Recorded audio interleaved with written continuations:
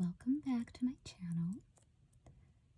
So, one of my very first videos that I did on my channel was one where I just pulled out some of my very old SEGA Genesis games that I have had since they were brand new. And I'm so very glad that I have kept all these years. Now, I'm not a gamer at all current day, but back from around 89 to 93, I was really into this system, and my little brothers were as well. So even though that was my first video, I mean, not my first, but one of my first videos, I didn't really plan on doing a follow-up, but I still get viewers and I still get very sweet, long comments requesting like a follow-up video. So even though I'm not a current gamer, I have still held on to these, and I know there are people that collect them. I'm so fortunate not to have to collect them. I've had them since day one. And so I just today randomly pulled out 9 more games. I have them stacked here, I think 3 stacks of 3.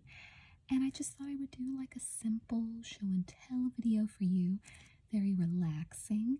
And this is for all of you gamers out there that have been requesting this. Thank you for giving me the idea what to do next. I hope you enjoy it. So, in no particular order, let's just begin. So let's just start with this McDonald's game, because why not? My son has been pulling this game out from the shelf. His grandmother has a shelf where she keeps all of my old video games, all of my old brother's video games, so that if anybody wants to get the system out, the SEGA Genesis system, and play them. We rarely do, but in case anybody wants to, they're there. My son doesn't understand that this is a video game. He thinks it's a movie, and he always wants me to put it on. I say, baby, it's a game. But this was, from what I recall, not a very difficult game. I mean, I'm sure it would be crazy hard for me now because I'm not a gamer and I'm not in the habit of playing. But at the time, I believe it was, you know, not like super easy, but not super hard. It was a moderate game. It's called McDonald's Treasure Land Adventure. And it's 1 player. And on the back it says, Ronald McDonald finds an old map and decides to take on the adventure. But he's only got 1 piece. A trio of villains are holding the other pieces and just waiting for Ronald to show up. So that's like the little synopsis. I remember loving the ending. And I think that was something great about Genesis games. The ending was almost always so cute. Let's see what it looks like inside. Oh, inside, of course, you have the game. And then it came with an instruction manual. It didn't come with a poster. I love the posters the best, but this was the instruction manual. Dr. Robotnik's Mean Bean Machine. I guess that's advertisement for another game. Unless it's part of this one, I don't recall. Oh, no, what am I talking about? This is a Sonic the Hedgehog game. So, yeah, this was another game that it is advertising in there. So this one is really cute, and I do think this is one that me or most likely my brothers will have to show because they're going to be better at it because they still play games. Show my son because he really, he loves McDonald's food and all the characters, and you will notice a theme when you look at these games that I myself was very much into food mascots, so you'll notice that. Okay, now this one is called Tiny Toon Adventures Buster's Hidden Treasures. I looked on the back, it said it was from 92, which of course I was still playing games then.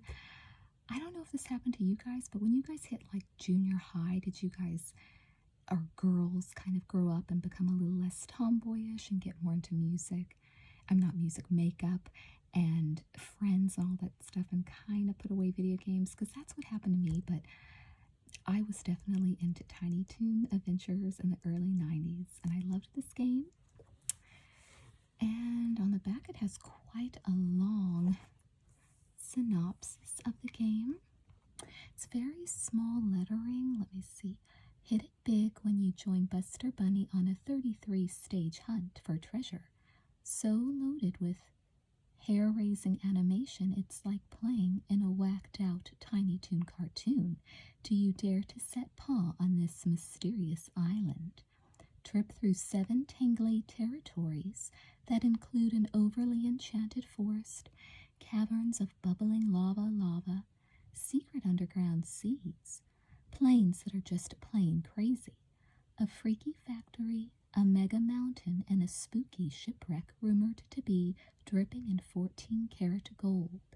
Save Babs Bunny and the rest of your pals along the way, and you'll really see some kooky island hopping.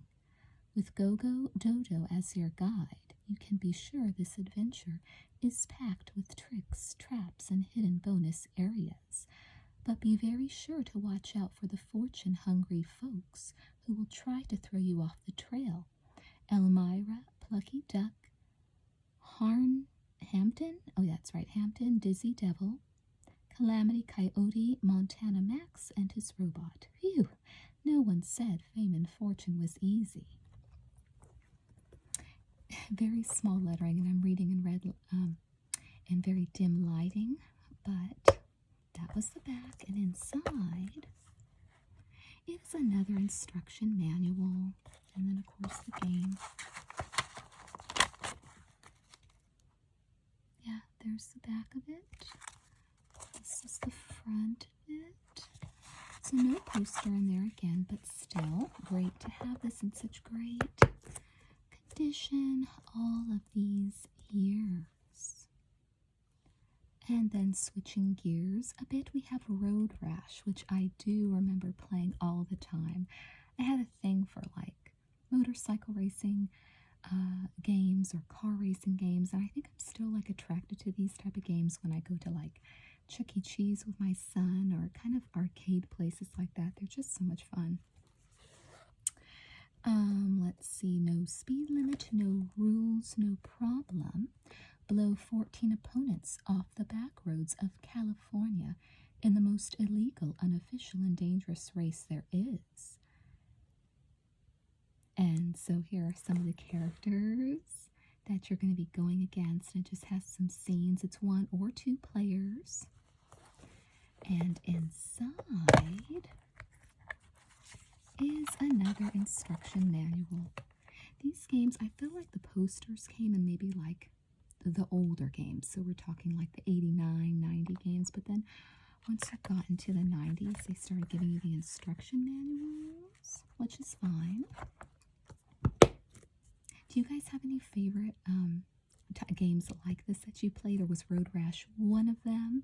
Please comment down below any comments, any memories that you'd like to share with me about these type of games. Okay, and here we go with another old school one. This one was from 1989, so this was definitely one of the first games that I got. Toki Going Ape Spit. And how 89 is this, right, you guys? On the back it says, go ape with Toki. Dr. Stark, the evil genetic engineer, kidnaps your girlfriend, then turns you into an ape. You've got to find her before it's too late. Open your mouth and let it fly. Scorch Stark's weird hordes with fireballs and laser blasts. Slog through disgusting ooze bogs, explore lush jungles, jump boiling lava pits, and swim beneath sparkling seas. Go wild, score a super simian success on your way through this fantastic adventure. And it's 1 or 2 players. And again, it has an instruction manual, so nothing too different there. There's the game. I do recall really loving Toki and being like, Toki! Like, I loved playing this game. I mean, the concepts were just so great, right? They were like comic books come to life. So there's that game. And then, of course, how could we not, ladies and gentlemen, Mortal Kombat. This is the first one. It says it was released in 1992. They put a mature audience 13, parental discretion advised on here. I don't recall reading that because my mother was so permissive. Like, I didn't even know what PG-13 or R rating meant because we were allowed to watch really anything we wanted. So that was very different about me and my brother's childhood. But to be honest with you, I'm the same way with my son, but he just loves very wholesome content, so it doesn't even matter. But me and my brothers were little weirdos. So it says, prepare yourself. The #1 arcade hit is here.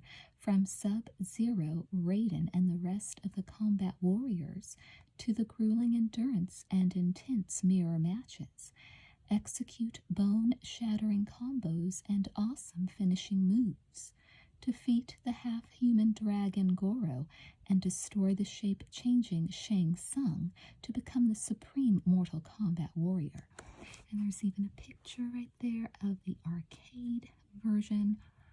And me and my brothers loved the movie that came out. Did it come out in, was it 95 or older than that?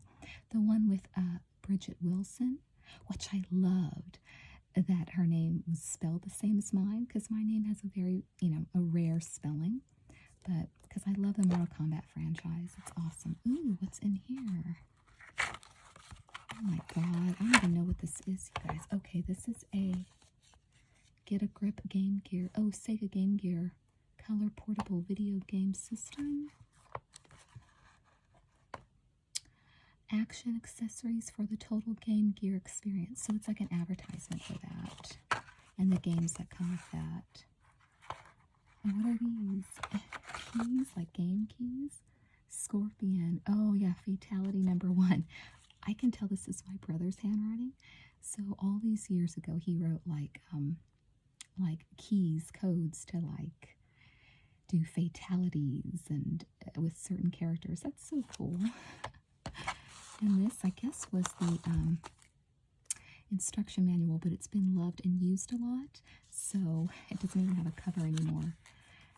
Memories when you go through these and you have not looked through them in decades. I'm telling you guys, but this one, of course, I liked it, but my brothers were all about Mortal Kombat. That's when they really started getting into video games. And again, I told you guys that I was into fast food and just foodie mascots in general.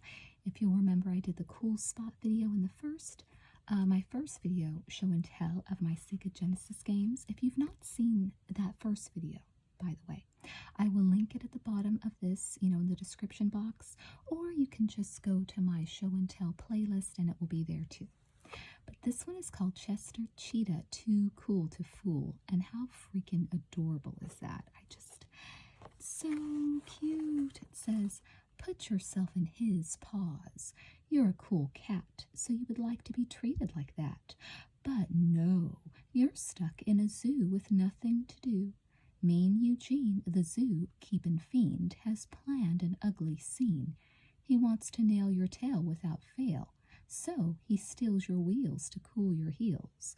Then he hides the parts in the zoo just to fool you. And that's just the beginning in Eugene's way of winning. But stay cool and you can rule. Just find your bike and you can go where you like. The rule is cool. Remember, a cool cat is just too cool to fool. And it's a one-player game. And I'm trying to see what year it came out. It's kind of hard to see in the light, but I believe this one was an early 90s one, though. I'm going to wager. And inside, another instruction manual in the game. It's so cute. I like it. It's got like little Cheetos all over it. So adorable. Did you guys have this game? Do you remember playing it? I definitely do. I tried to pull out some that I do remember playing a lot and loving. So there's this one. And then the oh so awesome Terminator, the 1984 Terminator, which I know I've discussed how I'm a big fan of the first Terminator. I believe in the Rolling Stone magazine that I shared with you, there was an awesome article because that magazine came out in '84 when the film came out, and so it had an awesome, like, Arnold article in there discussing the film and stuff. So I'm a big Terminator fan. There might be a film novelization, reading from me, of the Terminator, because that's a very rare film novelization that I own as well. Love, love, love.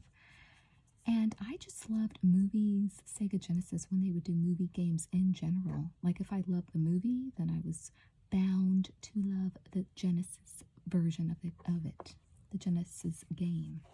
Okay, so let's look at the back. It says, "Welcome to Los Angeles in the year 2029. That's where I was born and raised, and I cannot even fathom 2029 back when this film was new. And yes, I was a little kid watching this movie. Yes, I remember when it was new, you guys, like out to rent, like very new. And I remember watching it back in the day with my parents, my folks.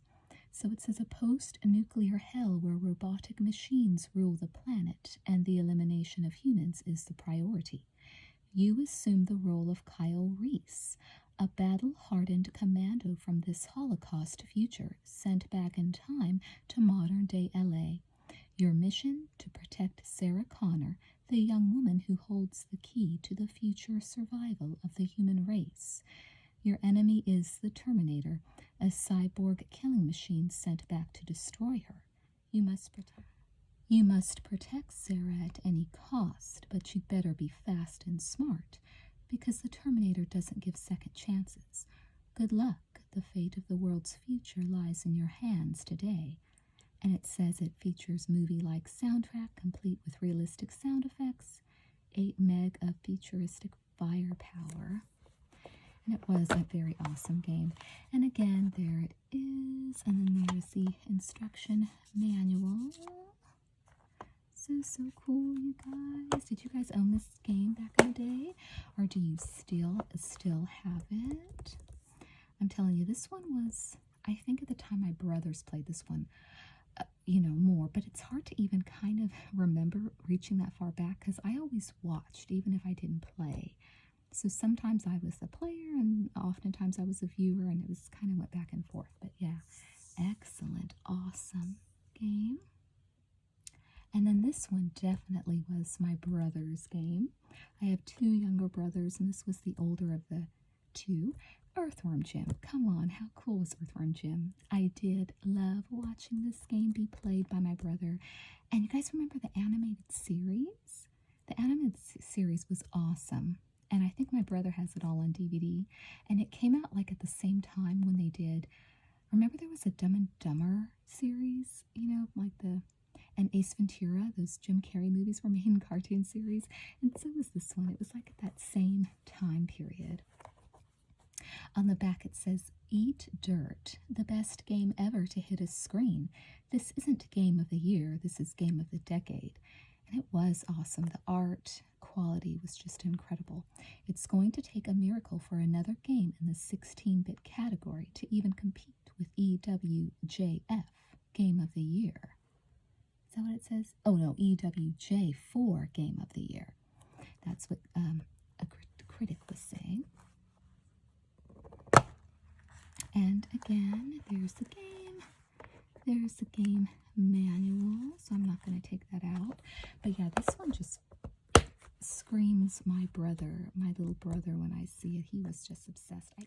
And I also remember, like, just to give you guys an idea of how big my brother was into this game, there was, like, the office building was very close to the suburb of Los Angeles that we lived, where I think they were making the Earthworm Jim, like, toys or figurines. And I do recall my brother going there and asking them questions about it. And he was a little boy. He was probably, I don't even know what he was, like elementary school, and they answered his questions. But yeah, he was the one. That's what I think of when I think of this game. I think of my little brother. So yeah. And then finally, to close out, we gotta go with Sonic the Hedgehog, right? I'm surprised I didn't share this one in my first video, where I shared with you some of my games. But Sonic the Hedgehog was my game first, and then my brothers got into it. But it came out in '91 when so the quintessential age, right, to be into Sega. On the back it says Super Speed. Bust the video game's speed barrier wide open with Sonic the Hedgehog. Blaze by in a blur using the supersonic spin attack. Loop the loop by defying gravity. Plummet down tunnels, then dash to safety with Sonic's power sneakers, all at a frenzied pace. Help Sonic escape bubbling molten lava. Swim through turbulent waterfalls. Scale glistening green mountains and soar past shimmering city lights. There's even a 360 rotating maze. You've never seen anything like it. Sonic has an attitude that just won't quit. He's flippin' funny, yet tough as nails as he fights to free his friends from evil. So just wait. Sonic may be the world's next superhero. Okay, let's open it. And Sonic really did become like the official mascot of Genesis, didn't he? I mean, I feel like he did. I remember him just being all over the place. And you know, the movie that came out not too many years ago was really cute. I just saw the first one, but I did think they did a good job. It also reminds me of Michael Jackson. Remember, he used to go to, like, he loved Sega Genesis. And I think, wasn't it this video game that he wrote some music for that never saw the light of day? Something like that, something. But I had to close out the video with this one. Okay, so that is the end of the video. I just randomly pulled out 9 games.